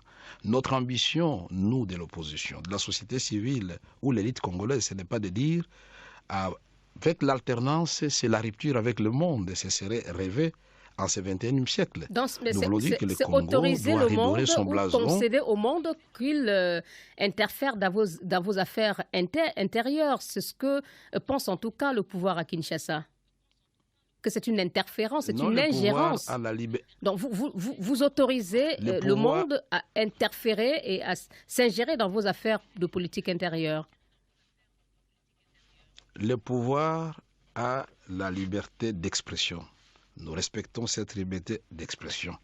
Mais le pouvoir sait très bien que la MONUSCO, la mission d'intervention des Nations Unies au Congo, est là à la suite de la signature de ces mêmes pouvoirs. Est-ce qu'on a vendu le pays pour autant? Ce que nous voulons dire ici, c'est quoi? Ensemble, nous devons d'abord faire en sorte que l'éléphant que constitue la République démocratique du Congo, avec 9 voisins, avec toutes ses richesses naturelles, puisse s'élever et marcher. Si le Congo marche, l'Afrique centrale va marcher et sera connectée à l'Afrique de l'Ouest et à la SADC. Et vous verrez que le Congo peut être une grande partie des solutions au problème de Boko Haram et de Chebab. Merci. Rien qu'en drainant les eaux du Congo. Merci. À partir de l'embouchure vers le lac Tchad, vous allez diminuer de moitié le problème de Boko Haram. Merci Ces jeunes gens sont des chômeurs. Ils doivent faire les champs, ils doivent élever les bêtes. Alors, vous, de l'autre côté du fleuve, je le disais, Arsène, comment vous percevez cet appel lancé par Barack Obama? Certains y voient une sorte d'acharnement parce que avant le président américain, il y a eu la prise de position américaine déjà exprimée par John Kerry, le chef de la diplomatie américaine. L'envoyé spécial américain pour la région des Grands Lacs s'est prononcé également contre cette révision. Aujourd'hui, on voit Obama. Des autres chefs d'État comme le vôtre, Sassou, qui semble être dans la même démarche que le président congolais ou même de Pierre Nkurunziza au Burundi? Oui, et à Brazzaville, on rappelle toujours, et le président Sassou l'a dit récemment sur les antennes de la BBC, on rappelle toujours le principe de la non-ingérence au problème des États. Donc les puissances occidentales ne peuvent pas s'ingérer dans les questions intérieures. Mais vous avez écouté la défense de M. Caméré, vous avez écouté les arguments de M. Caméré, qu'est-ce que vous en pensez? Oui, tout à fait. Et justement, je voulais juste retracer la position de Brazzaville par rapport à ce coup de fil du président Obama ou bien à d'autres initiatives des puissances occidentales vis-à-vis des pays africains. Donc voilà comment on pense ici à Brazzaville. Par contre, les opposants disaient, c'est comme une anecdote, il y a un opposant qui disait, oui, le coup de fil est de M. Joseph Kabila de l'autre côté du fleuve, mais nous aussi, on fait comme si le coup de fil nous intéressait. Ça fait comme une pression.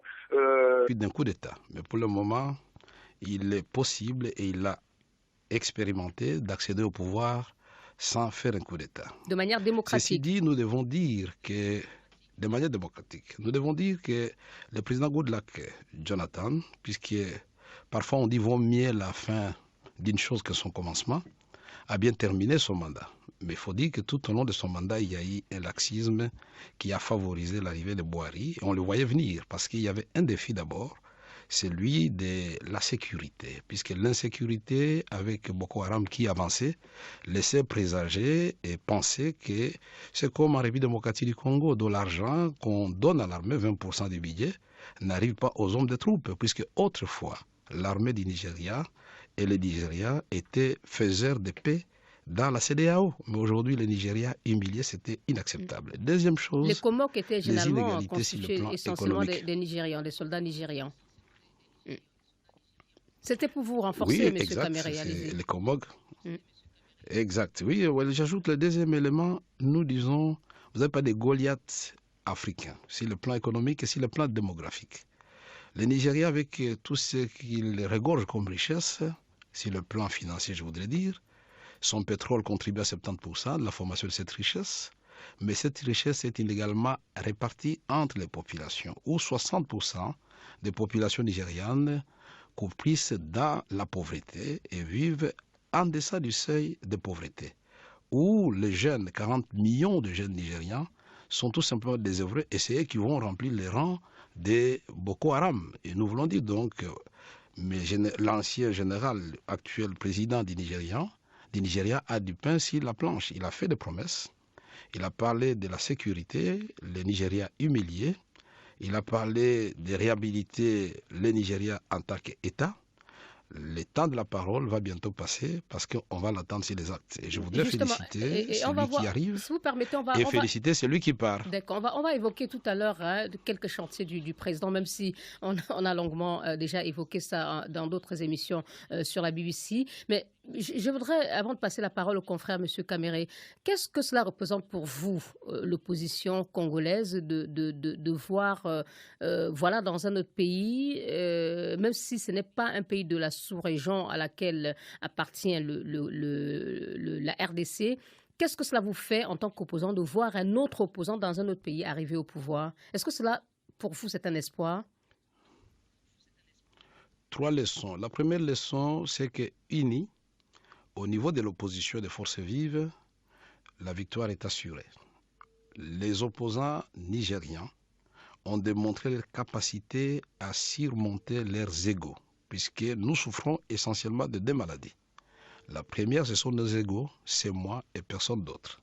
La deuxième, c'est de promettre des choses que nous ne ferons pas. Ça, c'est le futur qui nous démentira. Et nous disons, deuxième leçon, c'est de dire qu'aujourd'hui, c'est un moment historique pour les Nigériens. Depuis 1960, nous pouvons dire que c'est pour la première fois qu'après les élections ou après la passation de pouvoir qu'il n'y ait pas eu de mort. Et nous félicitons en même temps les 2 principaux acteurs, mais aussi féliciter le peuple nigérien qui a compris qu'il ne peut plus continuer à verser son sang. Troisième leçon, nous disons que la démocratie, c'est une donne essentielle pour la pacification d'un pays. Vous allez voir maintenant les Haoussa, les Yoruba et les autres, les Ibo.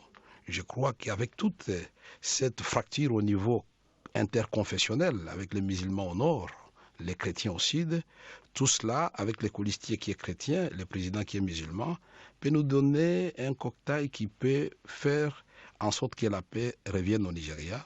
Mais la paix sans pain, ça n'intéresse pas les Nigériens. Il faut aussi que l'économie marche. Merci, M. Vital Kamere. Je vous propose d'écouter notre confrère Augustin Mégan qui est au Togo, puisque je ne voudrais pas frustrer notre confrère à Brazzaville. Le Togo, c'est quand même dans la CEDEAO. Alors, comment avez-vous perçu cette victoire de Boari? D'autant plus que je parlais tout à l'heure, je demandais à M. Kamere, est-ce qu'il attendait comme vainqueur?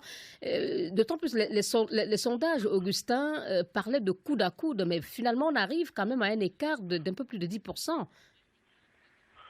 Tout à fait. Au Togo, où nous vivons dans l'atmosphère pré-campagne de l'élection présidentielle, d'abord, dans un premier temps, l'élection au Nigeria a été suivie avec beaucoup d'appréhension. On avait peur que cela dégénère sur des violences au vu de ce qui se passe déjà avec Boko Haram. Et manifestement, on avait l'impression que le pouvoir nigérien manœuvrait pour garder le pouvoir, pour conserver le pouvoir malgré tout, puisqu'il y a eu un curieux report des élections. Mais puis, officiellement, c'était pour des raisons de sécurité. voilà, officiellement, report qui a été motivé par la volonté de neutraliser Boko Haram. On pourrait avoir des doutes là-dessus. Donc tout ça faisait qu'on avait des appréhensions. Mais bon, avant même la proclamation des résultats, on a appris que le président Goodluck a appelé le général Buhari pour le féliciter de son élection. On a vu tout de suite que c'est plutôt l'espoir que cela a suscité, y compris au Togo, où justement, dans un pays qui a une tradition de violence post-électorale, on a commencé par rêver de voir le scénario nigérian se produire également à Lomé. Et la deuxième leçon, comme l'a dit le président Camara tout à l'heure, c'est que c'est seulement uni que les oppositions africaines peuvent réaliser l'alternance, disons, dans la paix. Donc du coup, vous regrettez un peu ce qui se passe dans votre pays au Togo avec la dispersion de l'opposition qui va à l'élection en rang dispersé? Voilà, tout à fait, parce que là, on a 5 candidats, le président sortant est en face, 4 candidats de l'opposition, et puis à côté, vous avez certains partis de l'opposition, non des moindres, qui appellent au boycott passif, et d'autres qui appellent également au boycott actif. Tout ça fait que l'électorat se perd dans cette confusion. Voilà. Alors, Arsène, vous, au Congo, décidément, que ce soit notre invité ou Augustin, vous êtes dans des pays où on parlait de période, où on vit une période préélectorale. Aujourd'hui, qu'est-ce que vous pouvez voir comme étant un bénéfice? C'est-à-dire, qu'est-ce que vous pouvez tirer comme bénéfice de l'élection au Nigeria qui puisse être utile dans votre pays, le Congo, qui est aussi en débat sur la révision constitutionnelle et donc sur l'élection présidentielle? Je crois que c'est beaucoup plus l'alternance démocratique qui s'est faite de façon pacifique, sans du trouble militaire ou bien un conflit, parce que c'est ce qu'on craignait le plus de la situation justement au niveau du Nigeria. Et hier, l'opposition congolaise, un collectif des partis de l'opposition, a animé une conférence de presse et a commencé par féliciter justement cette alternance au Nigeria, l'attitude du président sortant de Jonathan. Président Arsène, il n'est pas le premier, puisque Abdoulaye Wade l'a fait au Sénégal avec Macky Sall aussi.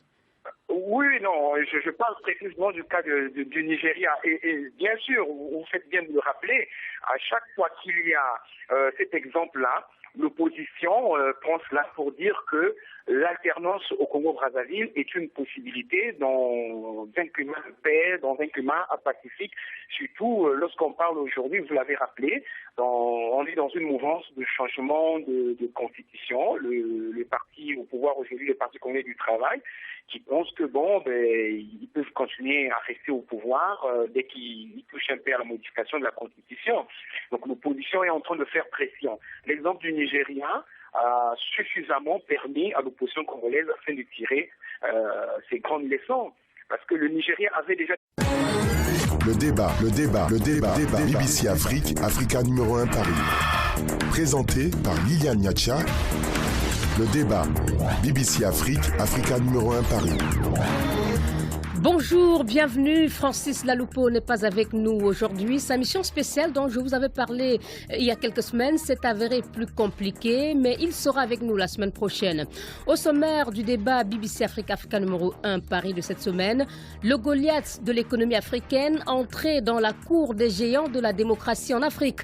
De manière presque exemplaire, le Nigeria a changé de président cette semaine sans se donner en spectacle, obligeant de nombreux analystes à perdre leur pari. On verra si les Nigérians, en disant bye-bye à Goodluck Jonathan et par conséquent welcome à Muhammadu Buhari, ont tiré le bon jeton. Barack Obama qui appelle son homologue congolais Joseph Kabila pour lui demander de respecter la Constitution et de ne pas briguer un autre mandat en 2016. Voilà un geste qualifié par certains de peu diplomatique, mais il a fait grand bruit en République démocratique du Congo. Le débat sur cette question reste vif. Le concerné s'exécutera-t-il ou se sentira-t-il plutôt révigoré L'impact de cette conversation téléphonique reste à voir. Débat similaire au Burundi. Les anciens camarades de Pierre Nkurunziza volent à son secours. Plus de 200 représentants d'ex-combattants démobilisés de l'ancienne rébellion du CNDD se sont prononcés en faveur d'un troisième mandat du président burundais, mais eux, ils parlent de second mandat. La société civile a répondu en appelant jeudi à un concert de klaxons à Bujumbura, la capitale, pour dire halte au troisième mandat du président Nkurunziza. Vital Kamere est notre invité cette semaine. Il est dans les studios de la BBC à Kinshasa. Bonjour Monsieur Kamere et merci beaucoup d'avoir accepté notre invitation. Bonjour. Monsieur Kamere, est-ce que vous pouvez nous donner votre nom en entier? J'ai essayé, je me suis exercé à prononcer tout votre nom, mais je n'y suis pas parvenu. Est-ce que vous pouvez le prononcer pour nous, s'il vous plaît? Vital Kamere Lwakanyigini Nkingi. D'accord. Cela signifie quelque chose? Oui, Kamere, c'est le socle. C'est aussi quelqu'un qui ne recule devant rien. Quand il est déterminé à atteindre un objectif noble, il persévère. Voilà. C'est peut-être pour cela que vous êtes... Mes fils de Kanyigini, c'est-à-dire mon arrière-grand-père. D'accord, c'est peut-être pour cela que vous êtes opposant. Et voilà que nous sommes très édifiés. Petite fiche d'identité de vous, Monsieur Kamere. Vous avez 56 ans. Depuis 2010, vous êtes président de l'UNC, c'est l'Union pour la Nation congolaise, parti d'opposition en RDC. De 2006 en 2009, mentionnons que vous étiez à cette époque président de l'Assemblée nationale. Vous avez été également l'ancien secrétaire général du PPRD, c'est le Parti du peuple pour la reconstruction et la démocratie. Lors de la présidentielle de novembre 2011, vous êtes arrivé en 3e position avec un score de 7,78%. Il se dit, Monsieur Kamere, que vous êtes un bon orateur. On le vérifiera au cours de cette émission. On parle également de vous comme étant quelqu'un qui maîtrise 4 langues nationales de la RDC, Lingala, Kikongo, Chiluba et le Swahili, et que tout cela qui vous a permis de contribuer largement à la victoire du président Kabila en 2006. Vous avez été aussi, Monsieur Kamere, ministre de la presse et de l'information dans le gouvernement de transition, commissaire général du gouvernement chargé du suivi du processus de paix dans la région des Grands Lacs, d'où votre surnom de pacificateur. Je note également que vous avez aussi une carrière universitaire, ancien professeur assistant à l'université de Kinshasa et à l'Université pédagogique nationale. Vous avez donné des conférences dans quelques universités, les États-Unis ou Montréal. Et en 2011, mentionnons que vous avez publié les fondements de la politique transatlantique de la République démocratique du Congo. Vous serez donc notre grand témoin et vous êtes avec 2 journalistes depuis Brazzaville au Congo. De l'autre côté du fleuve, Arsène Séverin Nguela de l'hebdomadaire Terre Africa et aussi correspondant de la Voix de l'Amérique et de Radio des Nations Unies à Kinshasa, Radio Okapi. Et en ligne de Lomé au Togo, Augustin Kofi Amégan, directeur de publication de l'hebdomadaire Le Canard Indépendant. Merci beaucoup, messieurs, d'être sur ce plateau. Et nous allons d'abord, Monsieur Kamere, avec votre permission, dire un mot sur ce qui s'est passé au Kenya cette semaine. Et le Kenya ne se laissera pas intimider par les terroristes. C'est ce qu'a déclaré vendredi le ministre kényan de l'Intérieur. La veille, 147 personnes, essentiellement des étudiants, ont perdu la vie dans le siège de l'université de Garissa, un acte revendiqué par la milice somalienne Al-Shabaab. Voici la réponse à ce carnage du président kényan Uhuru Kenyatta. J'ai aussi demandé à l'inspecteur général de la police de prendre des mesures urgentes pour que les 10 000 nouvelles recrues, dont l'effectif va bientôt être bouclé, de se présenter rapidement pour la formation à l'école de police à Kiganjo. J'assume l'entière responsabilité de cette directive. Notre pays a souffert inutilement du manque de personnel de sécurité. Le Kenya a cruellement besoin d'officiers supplémentaires et je ne saurais plus faire attendre la nation.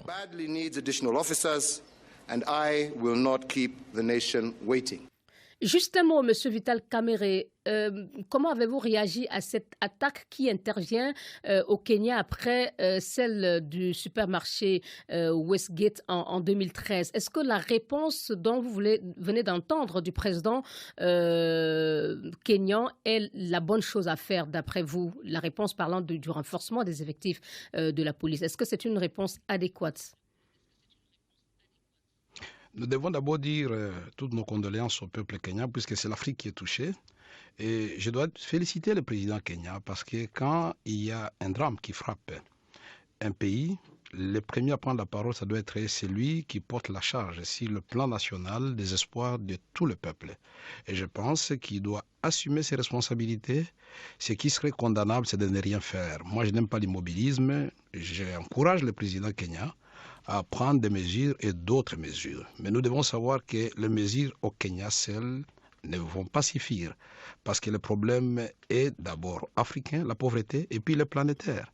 Nous avons les Chebab, il y a Boko Haram, nous avons les groupes armés à l'est de la République démocratique du Congo. Tout cela, ce sont des problèmes qui devaient plutôt mobiliser les chefs d'État africains. Nous avons vu Charlie Hebdo pour 3 personnes, je ne minimise pas les morts des 3 Français, mais là nous parlons de 147 étudiants qui dormaient, des innocents qu'on a assassinés. Je crois que cette fois-ci, l'Union africaine et l'ensemble de nos chefs d'État, les opposants, la société civile, nous tous devons nous lever pour dire non à cette barbarie humaine. C'est révoltant. Quand vous parlez, vous faites allusion à Charlie, vous voulez dire que vous attendez peut-être à voir une marche contre le terrorisme à Nairobi, la capitale kenyane, une marche initiée par l'Union africaine avec tous les chefs d'État africains mobilisés aux côtés du Kenya? Est-ce que c'est un espoir? Je n'ai pas voulu voler la vedette au chef d'État. Je n'ai pas voulu voler la vedette au chef d'État, mais moi je voudrais que le président kenyan en appelle à ses homologues et à tous les leaders africains opposants de la société civile et au monde entier pour dire que ce qui s'est passé au Kenya, c'est un drame qui doit mobiliser l'humanité tout entière. Le président Hollande l'a fait, on a vu les gens venir de partout. Nous devons dire que l'Afrique va mal. À ce moment, les gens doivent le savoir. Et nous disons non à ce genre d'aventure. Merci beaucoup, Monsieur Vital Kamere. On va entrer donc dans le vif du sujet. Notre premier sujet, c'est dans le Nigeria. Muhammadu Buhari va succéder à Goodluck Jonathan. Le nouveau président élu du Nigeria prête serment le 29 mai prochain. Musulman du nord du pays, celui qui sera à la tête de la plus grande économie de l'Afrique au cours des 4 prochaines années, reprend un poste qu'il connaît déjà, puisque vous le savez, il a occupé les fonctions présidentielles entre 83 et 85. Monsieur Vital Kamere, est-ce que vous, personnellement, vous l'attendiez, ce vainqueur? Est-ce que vous le voyez venir, l'arrivée d'un opposant à la tête du Nigeria? D'abord, disons, autre temps, autre mœurs. Buhari est arrivé, nous le félicitons, mais il doit savoir qu'avant, il était venu à la suite. Des opportunités, même au niveau de sa constitution, depuis 1990, avec le président Obasanjo. Et c'est vrai qu'il y a eu cette parenthèse de coup d'État, mais pendant 15 ans, le PDP, le parti au pouvoir, est resté au pouvoir. Et bien voilà, 15 ans après, on peut arriver à une alternance démocratique. Parce que je suppose que l'opposition s'est bien organisée et qu'ils ont aujourd'hui le pouvoir entre les mains. Merci. Merci dans nos pays. Hein. Et cela me permet justement de poser cette question à notre invité, M. Kamere. Vous parliez tout à l'heure, pour vous en féliciter, de l'unité de l'opposition, parce que APC est quand même une coalition de 4 partis qui a finalement permis au président Buhari de gagner. Mais aujourd'hui, quand on sait que la politique, c'est du donnant-donnant, est-ce qu'il va échapper à la contrainte qui veut justement que la politique soit comme une sorte de tontine? Vous me donnez et après, vous me remboursez. Monsieur Kamere? Non, moi je pense que... Oui, je pense que les 2 acteurs principaux nous ont donné une grande leçon. Mais il y a un troisième qu'il ne faut pas oublier, c'est le président de la commission électorale. Critiqué par le pouvoir et à la fois par l'opposition, chacun voyait en lui quelqu'un qui va manipuler les urnes en faveur de l'adversaire. Vous allez répondre tout à l'heure. Monsieur Kamere, oui. Il y a une pause obligatoire. Je vous en prie, vous allez répondre tout de suite après cette courte pause. Merci. Le débat. BBC Afrique, Africa numéro 1 Paris. Voilà, M. Kamere, vous félicitiez de l'attitude aussi du président de la commission électorale. Pour vous, il y a eu 3 hommes qui ont façonné cette alternance. Tranquille. Oui, il y a le président sortant, Goodluck Jonathan, il y a le président entrant, Buhari, et puis il y a le professeur, le politologue Djega. Ils ont été extraordinaires pour leur pays et cela démontre que quand les hommes sont déterminés à être au service du peuple, ils y ajoutent la volonté, ils peuvent déplacer des montagnes. Maintenant, au niveau de l'opposition, effectivement, il n'y a qu'un seul fauteuil présidentiel. Mais on ne peut pas servir le pays rien qu'au niveau de la présidentielle ou de la présidence.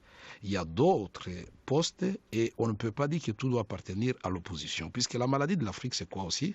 C'est que ceux qui gagnent, ils gagnent tout et ceux qui perdent, perdent tout. Nous voulons briser cette chaîne-là qui a apporté beaucoup de malheur dans notre pays et nous devons faire en sorte que ceux qui doivent gouverner, que ce soit l'opposition qui deviendra demain le pouvoir de demain, puissent travailler avec les Africains qui méritent effectivement être placés au poste où ils sont appelés à travailler. Mais ceci dit, la politique, il faut se faire des compromis.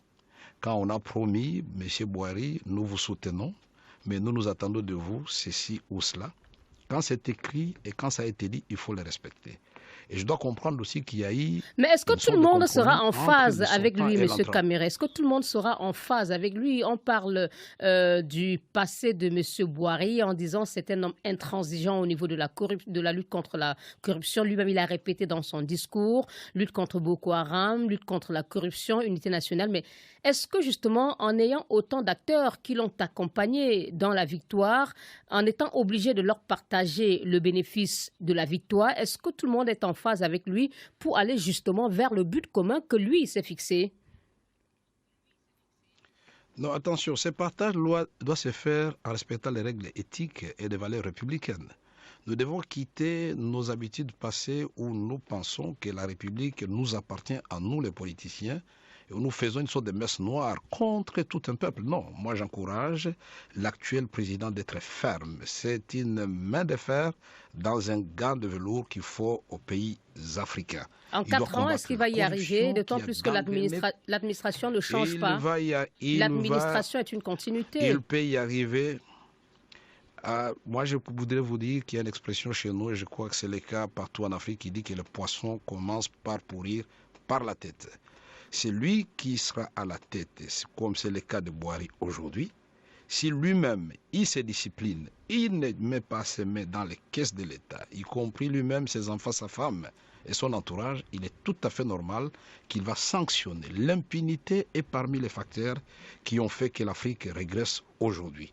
On gagne les élections, les gens fêtent dans tous les quartiers, c'est notre tour pour manger. Manger quoi?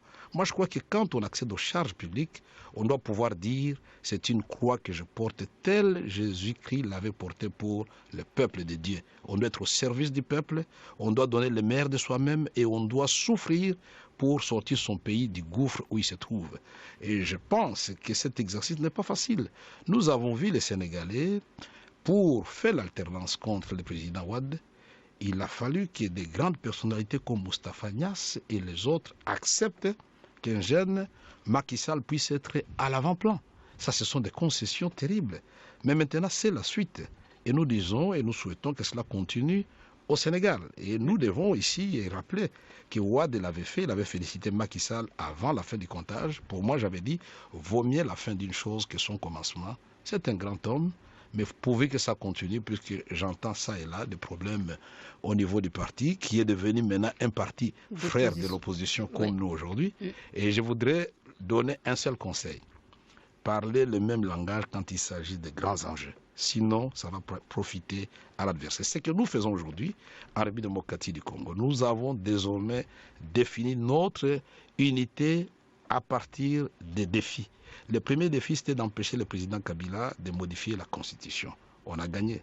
Deuxième défi, c'était d'éviter le glissement. On va parler de la RDC dans quelques instants, monsieur Kamere. Permettez qu'on boucle en 2 minutes ce sujet sur le Nigeria avec 2 dernières interventions. En 1 minute, Arsène Séverin. Alors, on n'a pas entendu une insistance, que ce soit du président sortant et surtout du nouveau président, sur le cas des lycéennes de Chibok enlevées en avril 2014. Est-ce que ce n'est pas, c'est une déception un peu peut-être pour les parents, non? Oui, ça peut paraître comme une déception, mais il y a une lueur d'espoir parce que le président Boiry qui arrive dit déjà qu'il fera de la lutte contre la secte Boko Haram l'une principale de son accent. Je crois que c'est déjà une ouverture qu'il donne. Donc si aujourd'hui on peut arriver à bout de ce groupe de miliciens, forcément je crois qu'on saura ce qu'est devenu de ce groupe de filles, de ce groupe de lycéennes qui ont été lésées justement dans ce lycée. Je crois qu'il y a une ouverture que le président a faite et que peut-être qu'il faut lui donner les moyens par rapport aux alliances qu'il a signées avec les autres qui l'ont aidé justement à arriver au pouvoir, que cette politique de lutte contre Boko Haram soit mise en place. Je crois qu'il y a beaucoup de choses qui seront décelées, notamment savoir ce qui est devenu, ce qui est arrivé à ces filles-là. Et Augustin, pour terminer sur peut-être l'appui que peuvent lui apporter les pays voisins, on a vu déjà l'engagement de 3 dans la lutte contre Boko Haram. Est-ce que vous pensez que le nouveau président arrive sur un boulevard compte tenu des critiques que le président tchadien, par exemple, avait déjà formulées contre Goodluck Jonathan en pleine campagne électorale par rapport à la lutte contre Boko Haram? Entre le gouvernement de Buhari et les pays voisins, parce que justement Buhari n'était pas trop content de ce qu'il a considéré comme étant, c'est pas une remise en cause de la souveraineté, mais il a estimé que l'intervention de pays supposés petits avec des armées supposées plus faibles que celles du Nigeria, un camouflet pour le Nigeria. Donc je crois que Buhari va d'abord vouloir remobiliser l'armée nigériane pour relever le défi de Boko Haram. Et je ne sais pas trop la place qu'il laissera aux armées tchadiennes et nigériennes, camerounaises, entre autres, dans cette lutte contre Boko Haram. D'accord.